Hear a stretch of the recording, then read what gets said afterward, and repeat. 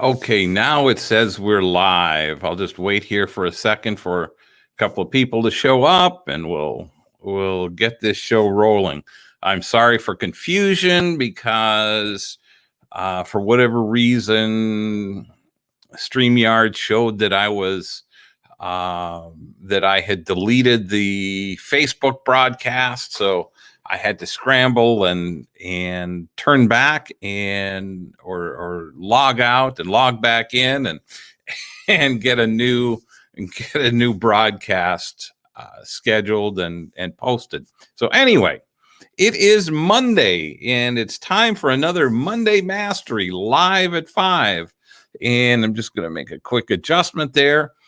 Probably nothing you guys can see, but I have a little bit of OCD and my camera looked a little bit crooked on my computer. So there. Hey, Teresa, thanks for joining in. Today I wanted to share. Well, I hope you guys had a great weekend. I hope you had fun. Hey, Sharon, thanks for joining in. I hope you had fun on the Friday event, the Friday happy hour. I had a ball. It was hard for me to keep up, and what I've learned is that I may have to answer some of your questions on a later event. But it was such a good event. I'd like to do it again or keep doing it, and so hopefully. Hey, Flory, thanks for joining in. I'd like to keep doing it, and if you can join me, bring your cocktails on Friday, and we'll just answer questions. Hey, Shar, thanks for joining in. Thank you, I appreciate that. We'll do it again this coming Friday. Good to know. I'm glad you all enjoyed it. So today I wanted to share some ideas on. I talk about how to avoid toxic relationships, but and what to be looking for in a good relationship. But there are some characteristics that I don't share that often, and I'd like to review some of those with you. Some of the things that you should recognize when you're in a good relationship, and if these characteristics aren't there, it's not a great relationship. It's not an extraordinary relationship. And the first one is that a healthy relationship brings out the best in both of you. And I've said before that you should be looking for a relationship that enhances both of you. It's something that brings out the best rather than the worst. If you're with somebody that flies off the handle or gets angry at the drop of a hat, or you get angry at the drop of a hat, then it's not a strong, healthy relationship. And that's one of the keys that you need to look at. Hey, Willie, thanks for joining in. Oh, wonderful. Willie says that she was with her son to his cafe. Wine. Well, it sounds like you had a fun weekend. So there you go. It was a good weekend for all. The next important characteristics of a great relationship is that you should feel good about yourselves. And one of the things that I find with so many people that I talk to is that they don't feel good about themselves in their particular relationships. They don't feel comfortable. Their mate tends to bring them down and be critical about everything. Whether it's weight or cooking or and they may your partner, if your partner brings you down in front of others, that should be a huge red flag, and it should be a huge red flag to you if you find yourself doing that to your partner. These are things that you need to work on if you're doing them. I'm assuming that most of you are pretty healthy emotionally and aren't going to do these things.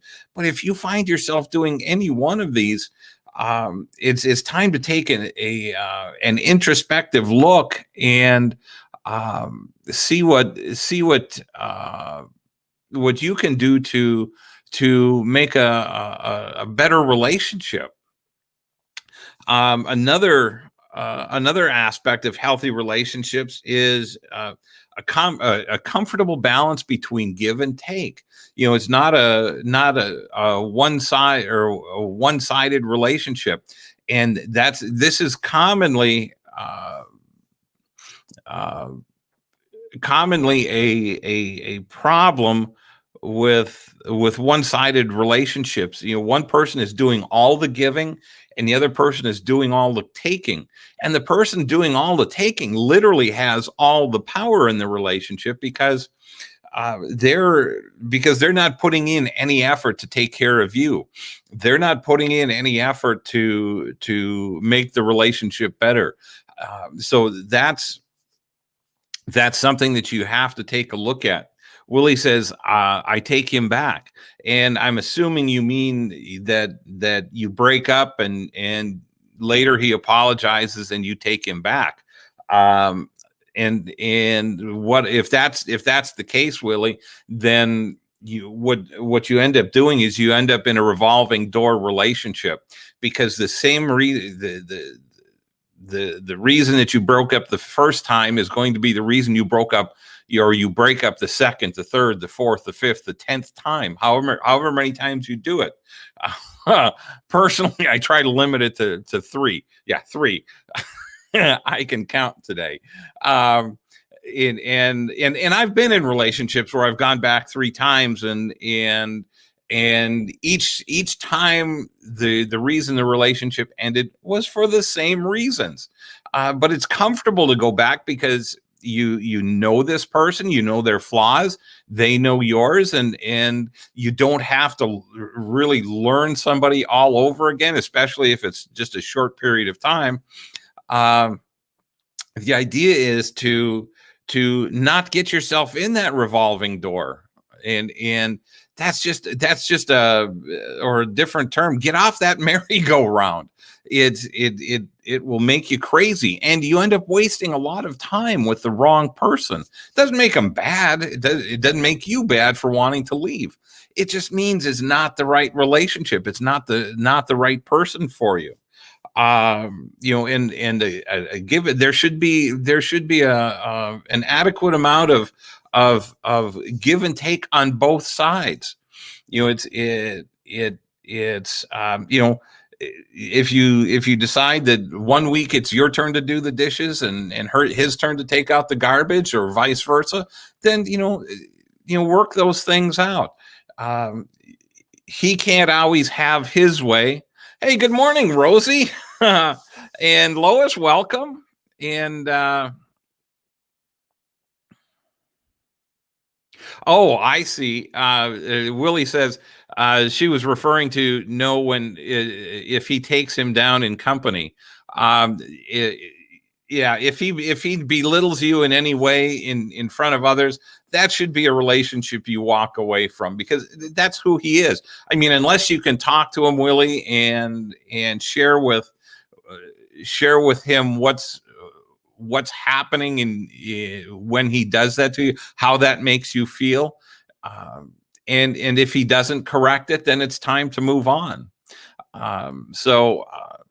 Hey, Deborah, thanks for joining in. And we're getting a good crew here again. If you guys have any questions or comments along the way, please feel free to share them. I'll pop them up on the screen, and we'll talk about whatever comes up. But right now, I've got a couple more points for healthy relationships. You and your mate enjoy being together. And that is so important. If you don't enjoy spending time together, it's not the right relationship. I've listened to people complain about their spouses or their boyfriends or girlfriends, and if you don't enjoy being there, what's the point? Just to say you're in a relationship is kind of a waste of time. It's just you're just going through the motions. You're not working on a healthy relationship. Let's pop this one up. Hi, Lindy. How you doing today? You think a 41-year-old man and a 54-year-old woman can even be in a relationship that could weather the age difference? Well, that depends on you. Uh, there are some benefits to the especially with the an older woman and a younger man. There are some benefits because typically women outlive men, but you're going to come to a point where with that age difference, you're talking 15 years difference, when or 13 years difference. When you start getting into that age difference, you have to start thinking about some of the long-term consequences, that you would more than likely pass away before him. But with your age, uh, you'll more than likely be the one needing health care and needing a caregiver later in years. 20 years, 30 years down the road, you probably need a caregiver, and you have to determine early on whether he's willing and able to be that caregiver for you. And if he's not, if he's not willing to look that far down the road, then I'd have some questions about the long term. But if it's just a new relationship, it takes a little time to figure those things out. But those are some of the things that you have to take into consideration. There are other differences that differences of generation. You're about a little over half a generation difference in age, so you have different historical markers to look at or to think about. You have different music. Your friends are typically different ages, and how he would work into your lifestyle and vice versa would be a big issue. So I hope that kind of gives you a thumbnail sketch of things you should be looking for. Um, and this would apply to whoever. Healthy relationships enjoy conflict resolution. It means when you have a problem, you work at it together, and you work to find a resolution to whatever issues. And it may be going back to some of the give and take. Maybe they gave on an issue previously, and it's your turn to give on an issue.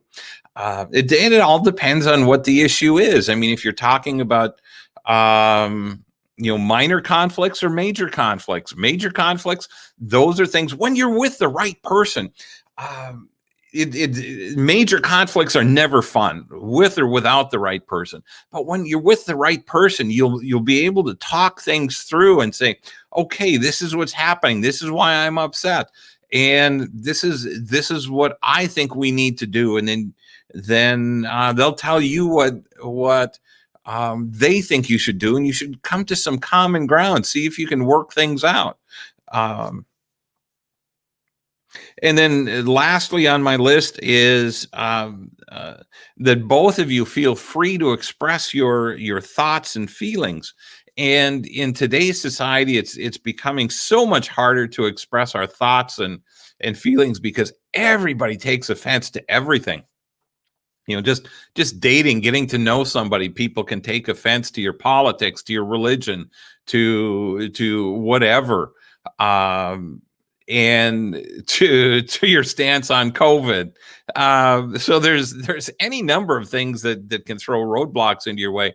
But when you're with that right person, when you're in that extraordinary relationship, you're comfortable sharing. You know that your words aren't going to come back and be used to attack you later on. And when you feel that comfortable, it's an amazing feeling to be able to share. If you get upset about something or your partner gets upset about something, they're not afraid. They're not walking on eggshells. You're not walking on eggshells. You say, I'd like to share, my thoughts about what happened and how that made me feel.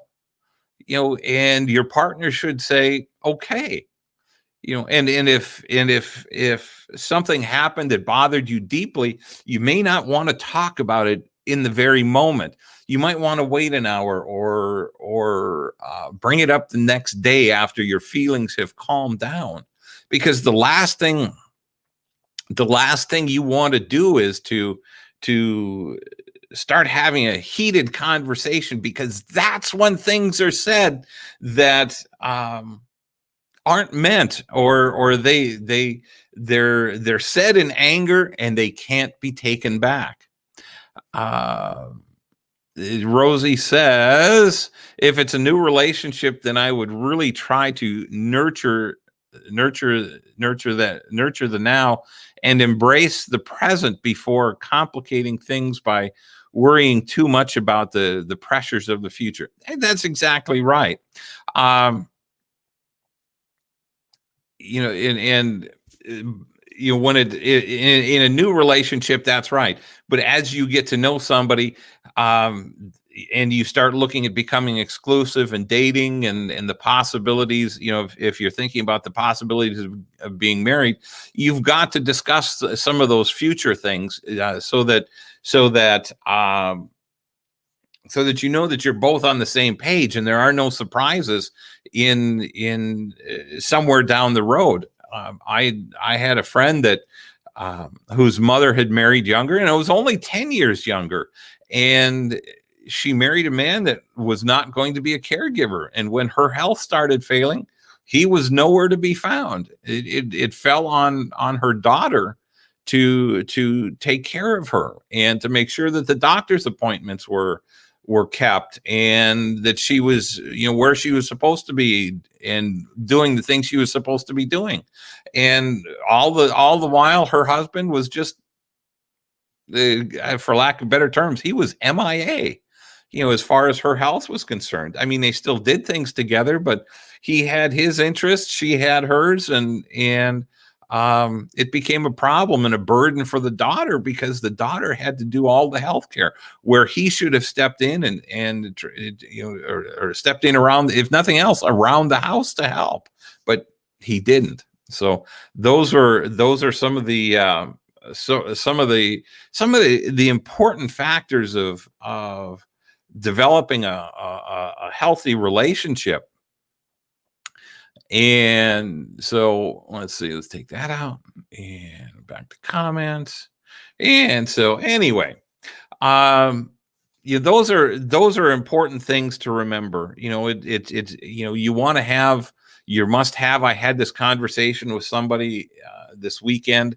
She asked, for signs of that she's getting into a good relationship, and I shared with her that she needs to have her must have and deal breakers, have that written down, and make sure that she's developing an intellectual, a spiritual, an emotional, and a physical connection, and then speaking similar love languages, and then having that chemistry. The chemistry, in the early stages, chemistry is more infatuation. um it's the infatuation is what gives you the butterflies or the tingly toes. And it's what happens after the infatuation. It's still wanting to be there with your partner, that you still love your partner, that you're still connected, and you're still, you're working towards similar goals. Rosie says, I find that if I have something that I want to say in a relationship, that I'm not sure on how it will be taken, then I am very likely to tell the other person that I have something that I want to say, because I feel I need to, but I'd really like it if you could please just listen, and then let's discuss it once you've processed it. Excellent, Rosie. And that's really the way to do it. And you just, and in those kinds of conversations, Rosie, one of the things that I always encourage, and I've studied a bit, is that you start with I, um, not you. You start with the I, and say, Rosie, um, I really appreciate what you're doing. The other night, you made this comment, and it made me feel this way. I know you didn't intend it, but when you do these things, this is what it does to me. And a lot of times, if you're with the right person, and you've had some communication and solid communication with that person, they're going to, they're not necessarily going to be pleased about what you have to say. Um, but if you say it in such a way that it's not threatening to them, you're not using global words like always or never. You always do this, or you never do that. You never do what I want to do. When you start out with an accusatory tone, your partner automatically backs up and gets defensive. But when you start out with the I versus the I first, I feel this way when you do this.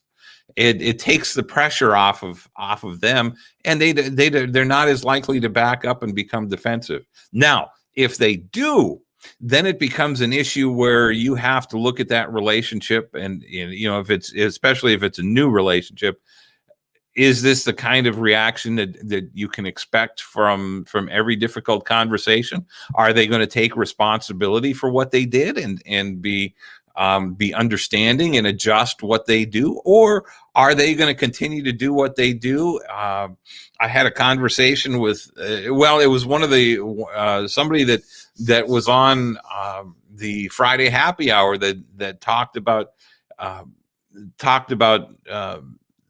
the man she's with always wanting to put her down, and or to tease her, or to push her buttons to make her angry. She's a very soft-spoken person, yet he found pleasure in trying to push her buttons to get her angry. And that's not a healthy relationship. That's not the way relationships should work. And we should be going back through the list. We should be with somebody that brings out the best in us. And if we don't bring out the best in somebody else, or if they're trying to manipulate or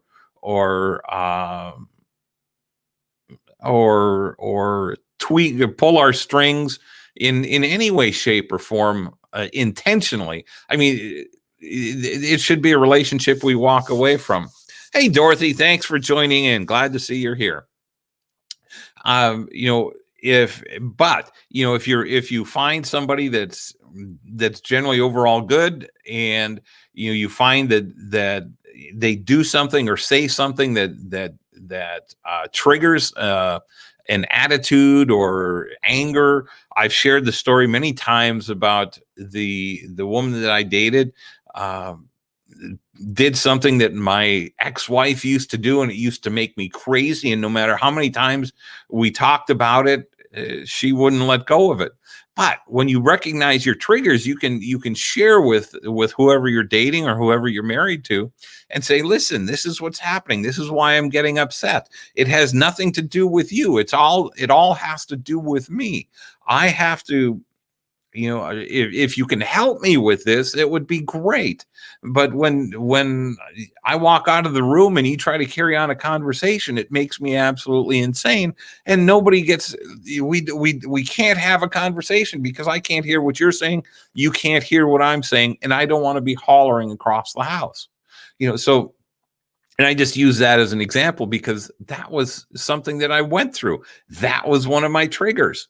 But when you can recognize what triggers you and step back and say, "Whoa, let's back this up a little bit." I know you didn't know that you were antagonizing me or causing me to get angry. I accept that. That's all on me. It came from my past. And I'll try to move forward out of it, but I need you to help me with that. And being able to have conversations like that, where you can discuss whatever problem issues you have. That's part of extraordinary communication, part of extraordinary or developing that intellectual conversation. Um, so I hope, I hope some of this is making sense. I hope some of this is this is settling in, and Lindy, I hope I answered your question. If you're still on, I'm assuming you're still on. I can't tell. And if you all have other comments or questions, please feel free to shoot those in. We're at a point where I'm more than happy to take your questions or comments or thoughts. But in the dating world, the whole idea is to be searching for that healthy relationship. Not to try to find somebody just to be in a relationship. You need to find a healthy relationship, somebody that you're on the same page with in life in general. If you're not, it just makes life so much more difficult and so much less fun. Thank you, Dorothy. Dorothy says that makes total sense. So, again, I'll just recap what you should be seeing in a healthy relationship. It should bring out the best in both of you. You should both feel good about yourselves in regards to this relationship. There should be no tearing down of the other person. Doesn't mean that somebody's not going to make mistakes and screw up. And Lord knows, I've done that plenty of time. But it should be you should be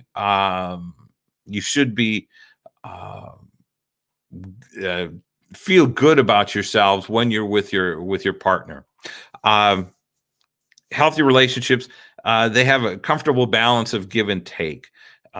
You enjoy being with your partner, and then there should be you should enjoy taking care of conflict resolution. You don't want to let this stuff sit and fester and my ex was that way. I could recognize that something was wrong, and I'd ask her and she'd say, I don't know, or nothing. That would be more of the point.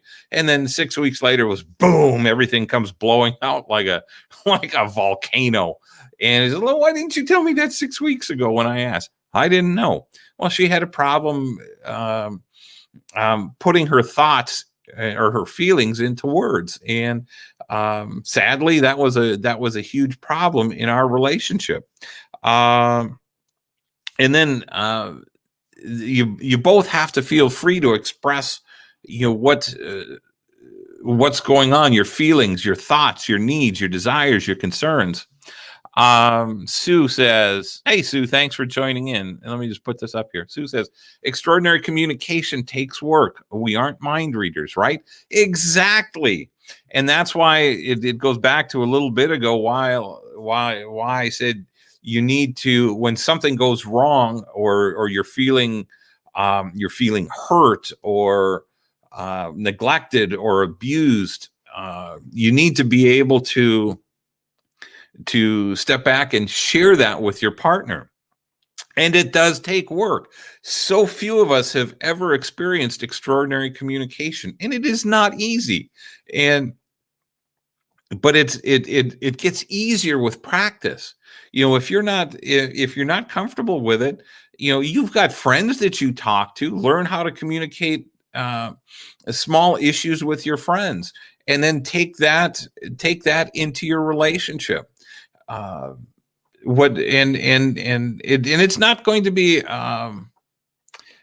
there's no magic wand to wave over your relationship. There's no magic wand to wave over your partner to make them communicate the way you want them to communicate. You have to learn each other's communication styles and how to share your thoughts and ideas and feelings and wants and needs so that they understand, number one. And that's a huge part of it is helping your partner, your mate, your husband, your wife, your boyfriend, your girlfriend, to help them understand what you're feeling. Because not always are we going to be crystal clear on what our feelings are and how it's affecting us.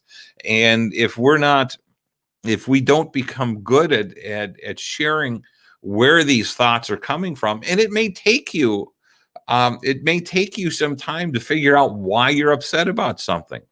It may take you, a couple of days, but you have to at some point shortly after it happens say, listen, I'm upset by this. I don't know why.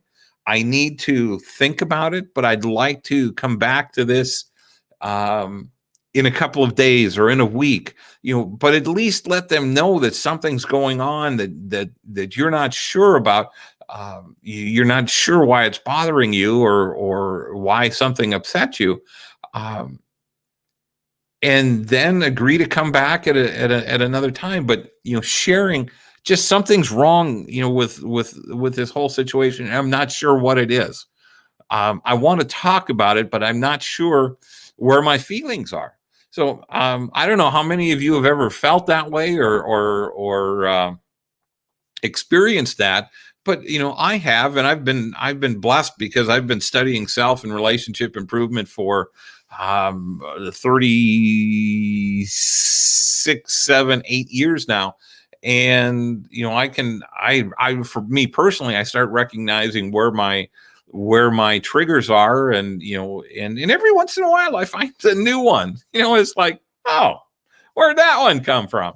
And then I step back and say, oh, okay, that's where it came from, and figure out where it came from, and then how I can handle it. And then if it's an issue that's going to be an ongoing problem for me, I learn how to share it with whoever I'm dating or getting to know, and say, listen, this is who I am. These are some of my triggers. And then I ask them about their triggers. What are some of your triggers? What makes you angry? What makes you curl up in a fetal position and just not want to talk to the world? So there, and I make light of it, but let's face it, there are, I just had a conversation with a friend this morning, and she was just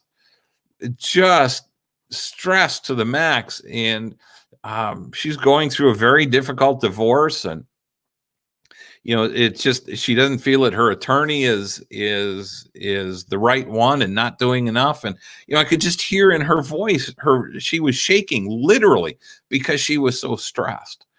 So it's being able to recognize something that's things that are going on with your partner. When you have that extraordinary relationship, you're going to be able to identify some of these things and say, hey, whoa, what's going on? Share with me.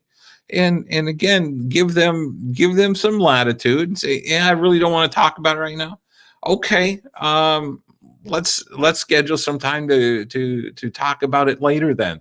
And just plan on getting together and talking about it at dinner, or sometime when you can have some quiet time. There's no kids around, there's no distractions, and just be able to communicate openly. And that's what great relationships, it's great communication is so important. Sue, I'm sorry, I'm kind of gotten off on a tangent here because of that. Because it is so incredibly important to being able to work through a relationship. And if you haven't got it, there's not much chance that you're going to get it. And let's see, Dorothy says, if you don't, let's put this up, that looks interesting. Dorothy says, if you don't discuss what's bothering you, you'll never figure it out what's wrong in your relationship. That's exactly right.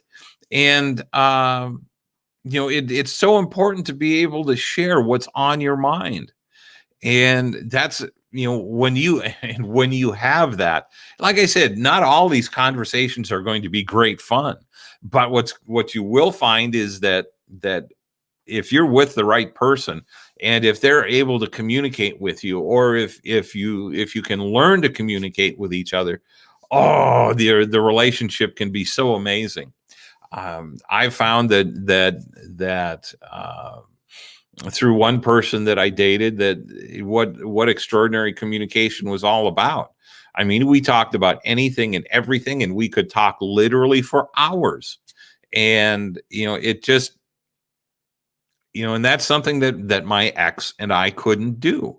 I mean, we could talk about very superficial things, but when it got into deep conversations, there just wasn't much there. And I'm sure most of you have experienced that. And it's not fun. We've all had to learn the hard way, or at least I have, that relationships are a lot more, they're a lot more work than most of us are led to believe. And but it has to be, when you're with the right person, that load is, like it says in the Bible, my yoke is light. So when that yoke is very light when you're in the right relationship, it's, God, my mind just went off in 12 different directions. Which way do I go now? Somebody guide me. So anyway, it's again, you develop the intellectual connection, spiritual, emotional, physical, and speaking similar love languages. And that's one of the things that I found is, if you speak similar love languages, and for those of you that are unfamiliar, the love languages are acts of service, quality time, words of affirmation, gifts, and physical touch. And when you recognize, or when you learn what your primary love languages are, your top one or two, you can search for someone that speaks similar love languages. And I firmly believe that when you're speaking similar love languages, your communication goes to a whole new level. You're not struggling. You're not struggling to communicate. For example, one of my ex's primary love languages was gifts, and gifts doesn't even register on when you take the quiz at the end. And it's we were totally opposite there, and it was so hard for me to communicate. Because gifts is just not a natural language for me. Teresa says, I don't like when one person does all the talking, and when you give your view, they put you down, or it doesn't matter what you think. That's a toxic relationship right there. That's something that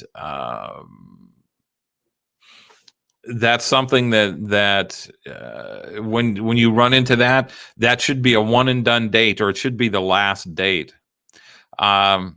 Teresa says, words of affirmation and touch. Sherry says, hey, Sherry, thanks for joining in. Which comes first, mental, physical, spiritual, or emotional? Sherry, that's a great question. And in my book, we describe that each one of those, if you look at it like the legs of a table, a four-legged table, and each leg is important, and you can take away one leg and the table immediately becomes unstable. It will still stand for the most part, but it's going to be wobbly. You put the pressure on the wrong corner, and the table's going to fall over. And you can take legs away till you're down to one leg, and I can balance that table on one leg for a while. And the first disturbance, the first breath of air that comes by is going to knock that table over. So to me, they're all equally important. The physical has a couple of components that I want to make sure that we're clear on. There's the physical attraction, where you're physically attracted to somebody, and then there's the physical intimacy. We want to keep the physical intimacy out of the relationship as long as possible. Like we talked about Friday, we want to ideally that sex is reserved for marriage. Statistically speaking, 80% of couples are in in bed by on or before the eighth date. So there, I have to recognize some of the realities there. And so, the longer you can stay out of bed, the stronger your intellectual, spiritual, and emotional connection becomes. Because what happens when we get physical too quick, and especially with men, but it happens with women too. Guys shut down the learning component, and it's all biological. It's how we're wired. We can be sleeping with you or going to bed with you and saying no, no, no, no, no, no, no. The sexual part of it, and saying no, no, no, this is wrong, this is wrong. Oh, it's the old joke. Oh, no, don't stop, don't, no, oh, don't stop. You get to that point, and the whole time we know it's wrong, but it biology takes over, and it's Katie bar the door. So Sherry, the longer you can wait on the physical intimacy, the more deeply you get to know someone. And I contend for most people, you can spend 30 days dating and tell whether they're worth pursuing further or not.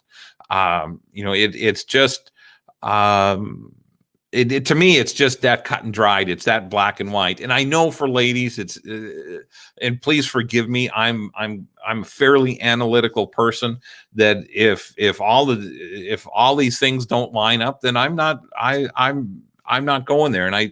And part of the reason is we can waste so much time in the wrong relationship. I don't like doing that. If it's not right up front, it's not going to be right on the back end. And it's going to take so much more time and be so much harder to fix on the back end. That's why there are so many books out there on how to fix a broken marriage or how to fix a broken relationship, is because we don't spend enough time doing the due diligence up front and searching for that right person. We settle. And then we have to work, we've got this pile of good stuff over here, and then we've got this pile of crap over here that we have to deal with. And this is the stuff that's going to make you crazy through your entire relationship. So I'm just a firm believer is that if we recognize there's this pile of crap over here, that it's not worth sticking around. Let's see. Shar says, I've had that happen too, Teresa. Very frustrating and demeaning, really, like you don't matter. And that's, that you should never have to put up with that. The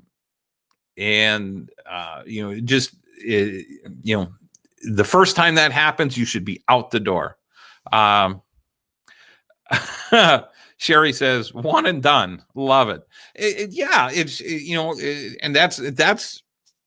that's my whole premise is that if you can already see, if they're not displaying all of, and some of the must-haves you're not going to recognize or learn right up front, but if they're not having a lot of your must-haves, or if they have any of your deal breakers, it should be a one and done and just move on. Dorothy says, I read Love Languages and it's a great book. She says she had her ex take the quiz. I'd be curious to see how close you were. Let's see. Dorothy says, we had no sex in 3 years. Thank goodness. Later, I found the relationship to be toxic. See, that's my point, Dorothy. Thank you for making that. That's exactly right. And that's, then you don't have the regret of having slept with someone and dragging those emotions into the relationship.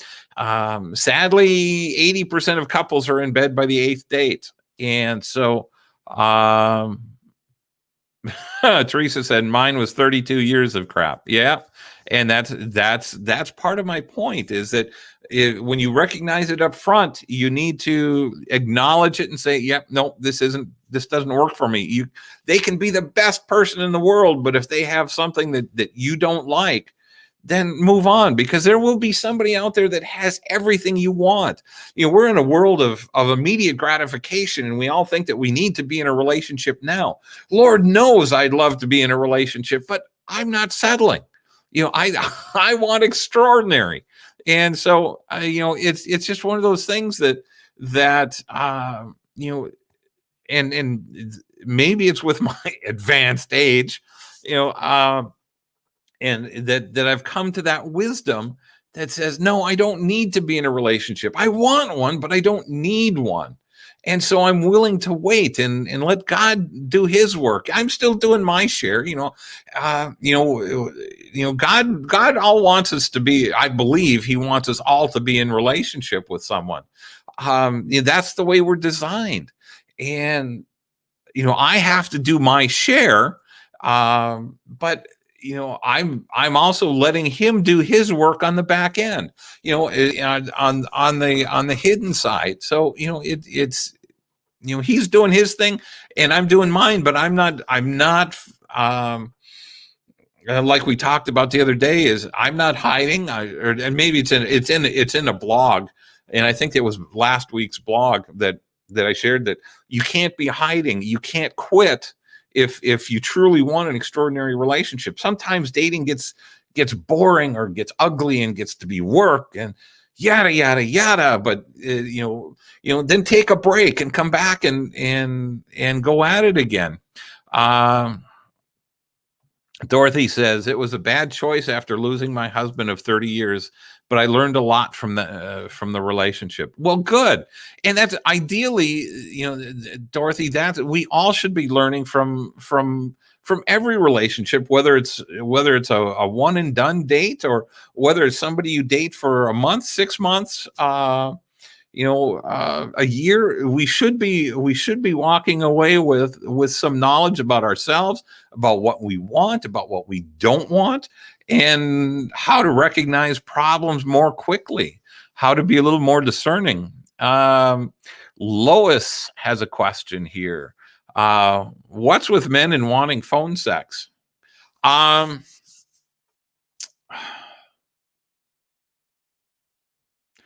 a good question. Guys are sexual creatures, and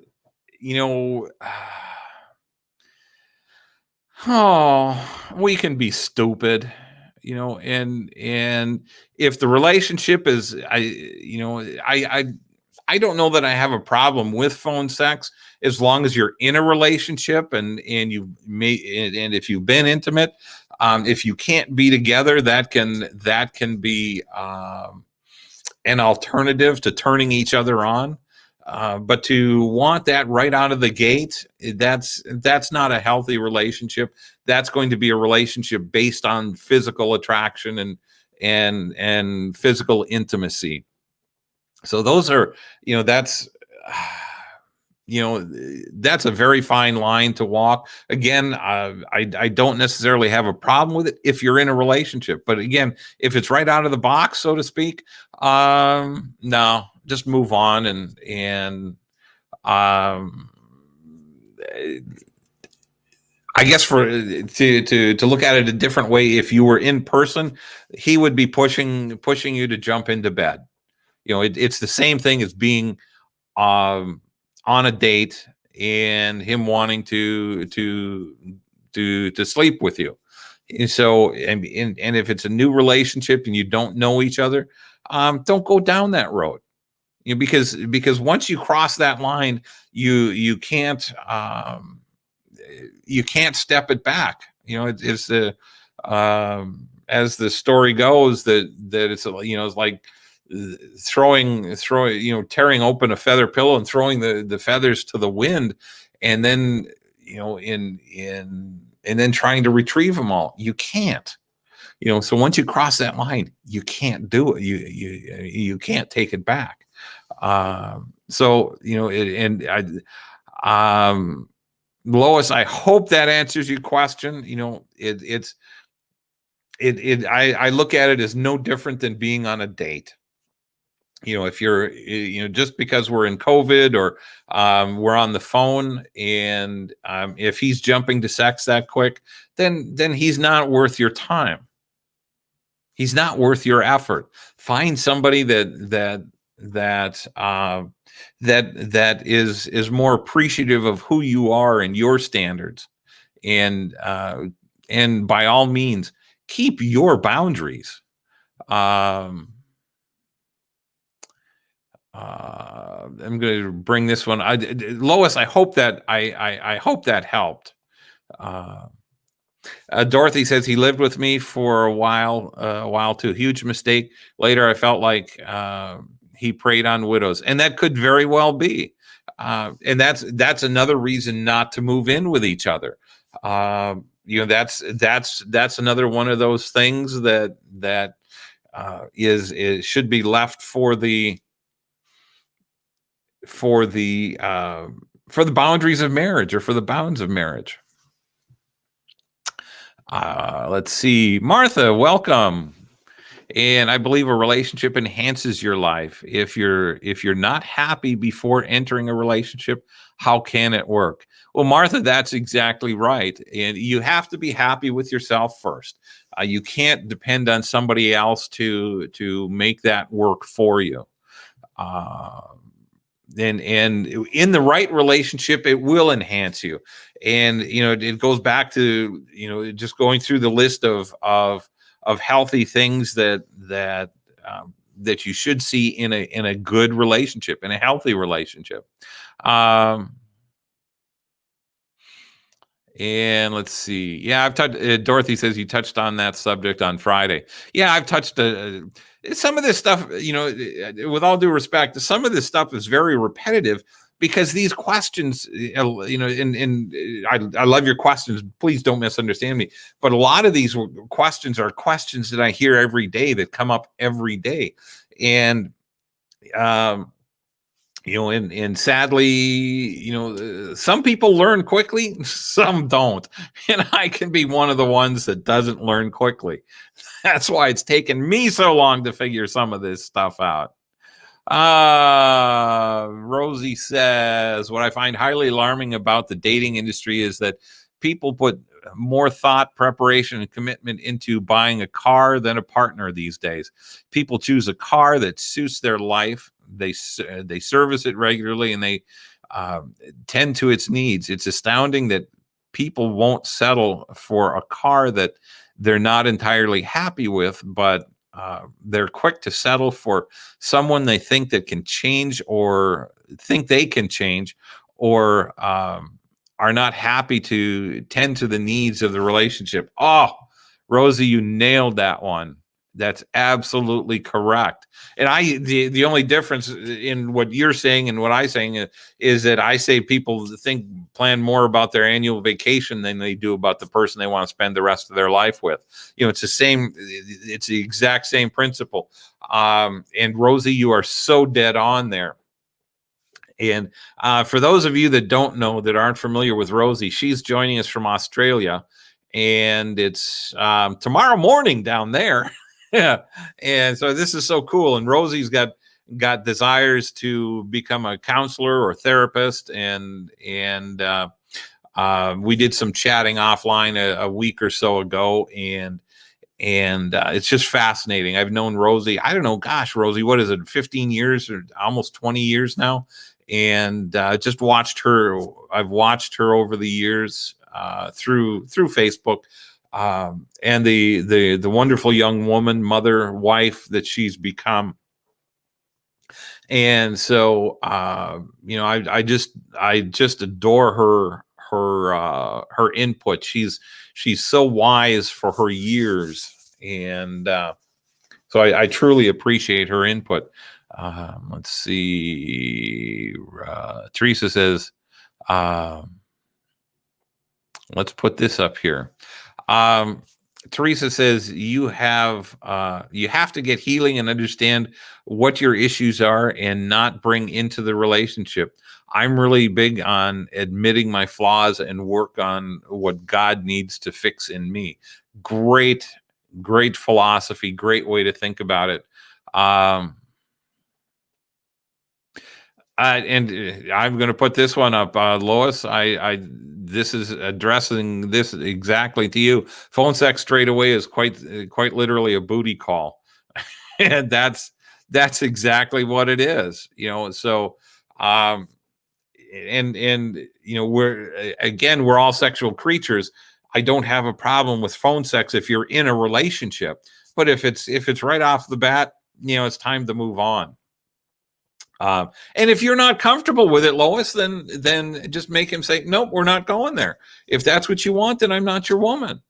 Keep your boundaries, set your boundaries, and deal and go with it from there.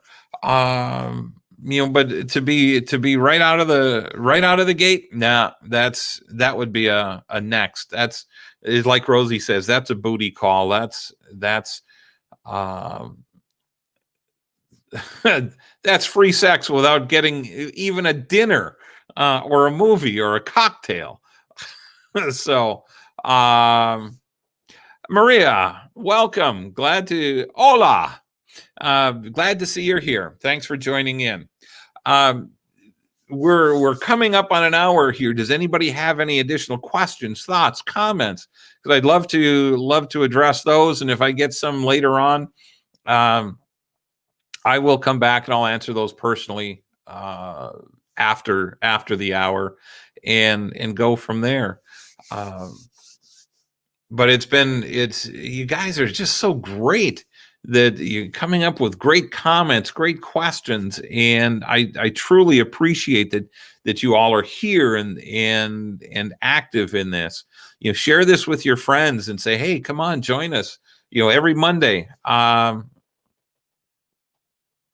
Maria says maybe some tips. Let's put this right up there. Maria says maybe some tips for a blind date. Well, Maria, the best thing I can suggest there is for tips on a blind date is that if you're going to be going out with another couple, and I would still limit it to coffee or cocktails. And the reason being is that if it's not a good date, you're not going to suffer through 2 hours of dinner and the conversation from hell. And if you agree to a blind date, and you're going to meet them on your own, always coffee or cocktails, and never walk away from your drink. If you do walk away from your drink, give it to the bartender or to the hostess or waitress and ask for a new cup. Just if they're going to get offended by that, then tough. And if it is a bad evening, a bad conversation, or not a good fit, and you see that up front, 15 minutes, 20 minutes tops, and you can be out. And you just say, all you have to do is say, it's been nice meeting you. This, I don't feel a connection. I wish you all the best. And boom, you're done. It's over and finished. And if you're at coffee or cocktails, then, if it seems to be going well, the conversation is going, you can extend it. You can go for lunch. You can go for dinner and keep talking. But it's always best to, number one, meet in public. Don't let him come and pick you up at your place. Never, never, never. You've got to know much more about him than friends, than a friend's recommendation.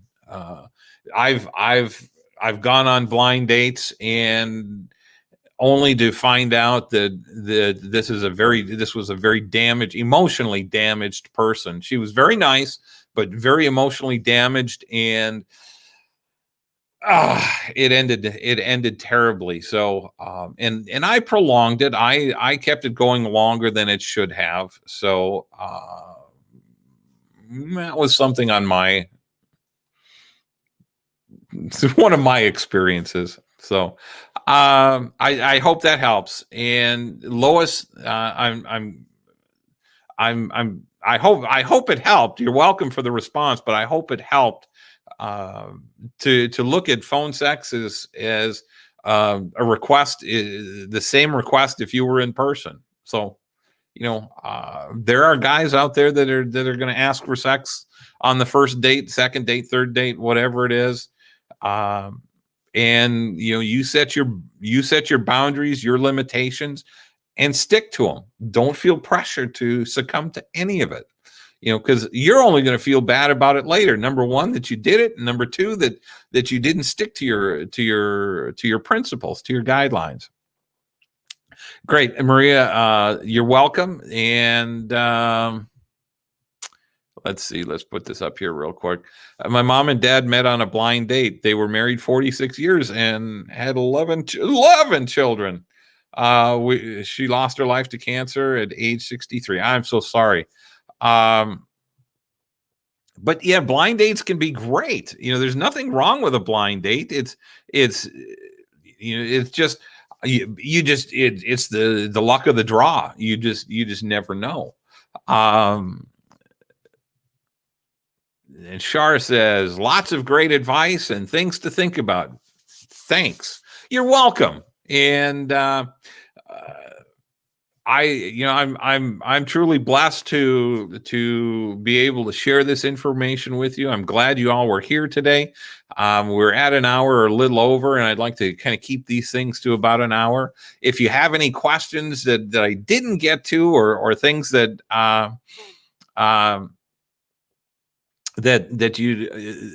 things that you may want to discuss privately, feel free to share that with me via Messenger through my business page. And let's see, for those of you that let's see, I just need a quick something here. Banners. Oh, I didn't put it up. Okay. Anyway, that's if you have questions about dating and relationships, my book Dating Backward, and I don't have it in front of me again. This is a bad habit. But check it out. It's a fun book. It's an easy read. It's less than just a tick under 200 pages. Not many illustrations. There's a couple in there, but it helps you go through everything we've talked about, from figuring out and to understanding the different types of love, to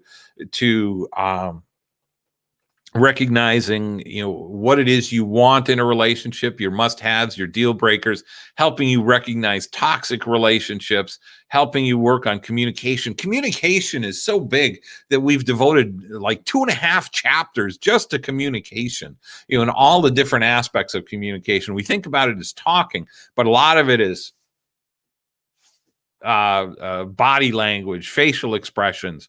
So it's there's so much to that. And then we talk about online dating and where to look and how to look, and creating great online profiles. So check it out. If you don't have the book, if you haven't read it, check it out. You can get it on my website at richsodebeer.com, or you can go to Amazon and get it there, and it's there as an ebook. And is for those of you that like ebooks, but it's also there as the paperback. And for those of you that may be interested, or maybe overwhelmed by dating and need some personal coaching, feel free to reach out to me, and we can talk about doing some one-on-one coaching or group coaching. If there's a desire for several of you to get together, we can do some group coaching with 5, 6, 8, 10, 12 people, 10, probably 10 at the max. But it's a Shar says she just received her copy of the book a few days ago, and Good. I'm glad you got it. I hope you enjoy it. Let me know what you think, and I'm always open to critique, good and bad. While I love to have the pat on the back, I need to hear the not so good stuff either, or not so good stuff too. So anyway, you're welcome, Teresa. You're welcome, Dorothy, Rosie. And Rosie asks, anytime for a new book anytime soon? Oh, yeah, that's on my list of things to do. But it's I'd probably, if I put my mind to it, I could probably knock one out in 4 or 5, maybe 6 months. Right now, what I am working on though is a digital course that I hope to roll out right after the first of the year. This is going to be my first foray into online online courses, or digital courses.